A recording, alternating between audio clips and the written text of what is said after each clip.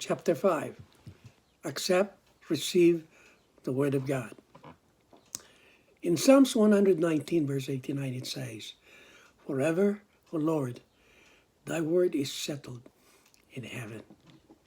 So how do we receive the Word of God? Number one, in meekness. Let's look at James chapter 1, verse 21. Wherefore, or once and for all, lay aside or lay apart all filthiness and superfluity of naughtiness, and receive with weakness the engrafted word, which is able to save our soul. It is very unfortunate that our Western contemporary culture sees meekness with shades of effeminacy that corresponds to weakness. However, biblical meekness is not a passive and reluctant submission to events or adversaries, nor does it make one surrender to his assumed fate.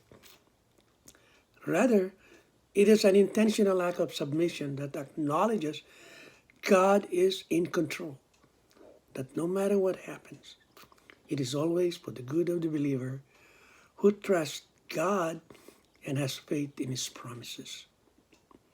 At the end, God is faithful, who is able to save our souls. He is able to deliver us out of danger into his promised provision for safety.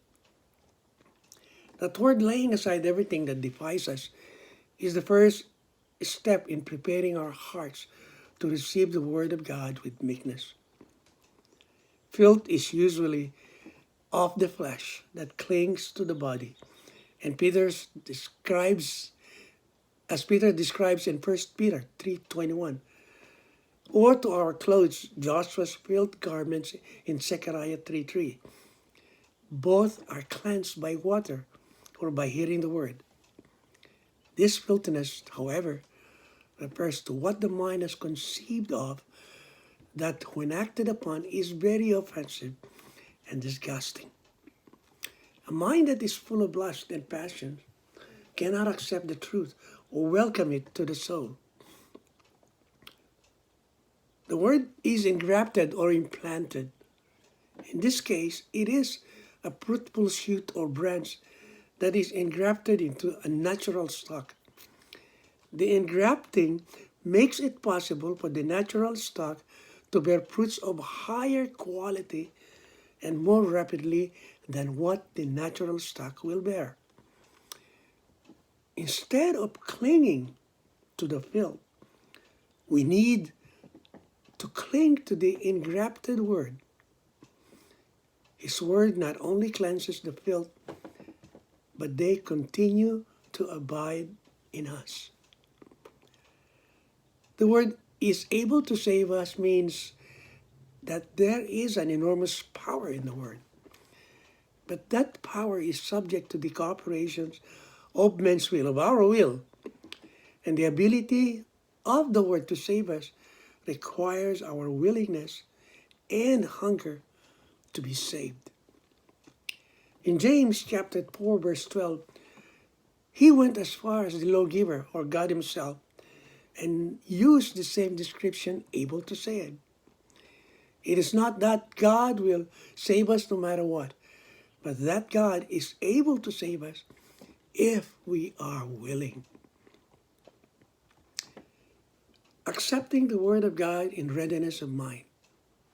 Acts chapter 17, verse 11. They received, the Bereans, the word with all readiness of mind, and searched the scriptures daily whether those things were so.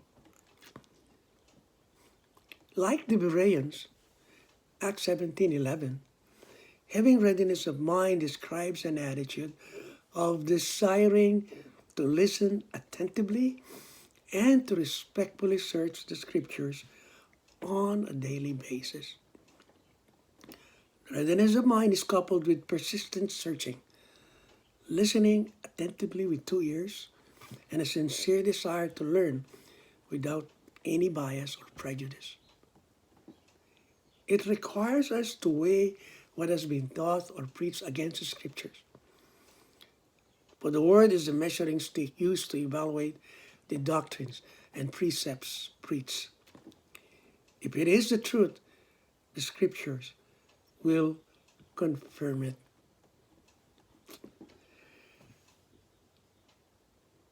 The Word also must be accepted in truth as the Word of God, not as the word of man. 1 Thessalonians chapter 2, verse 13. Because when you receive the word which ye heard of us, ye receive it not as the word of man, but as it is in truth the word of God, which effectually work also in you that believe. Be aware of preaching that comes with persuasive eloquence or with wise words alone. For this is the manner in which the wisdom of this age speaks. Paul said that he preached the word of God with nothing but his dependence on the demonstration of the Spirit and of power, even though it was done in weakness and with fear and trembling. 1 Corinthians chapter 2, verses 1 to 3. Paul declares that the testimony of God, or another translation read it as the testimony of Christ, the full gospel of Christ that was attended with signs, wonders, and miracles. Romans chapter 5, verse 11, confirms his preaching of the word.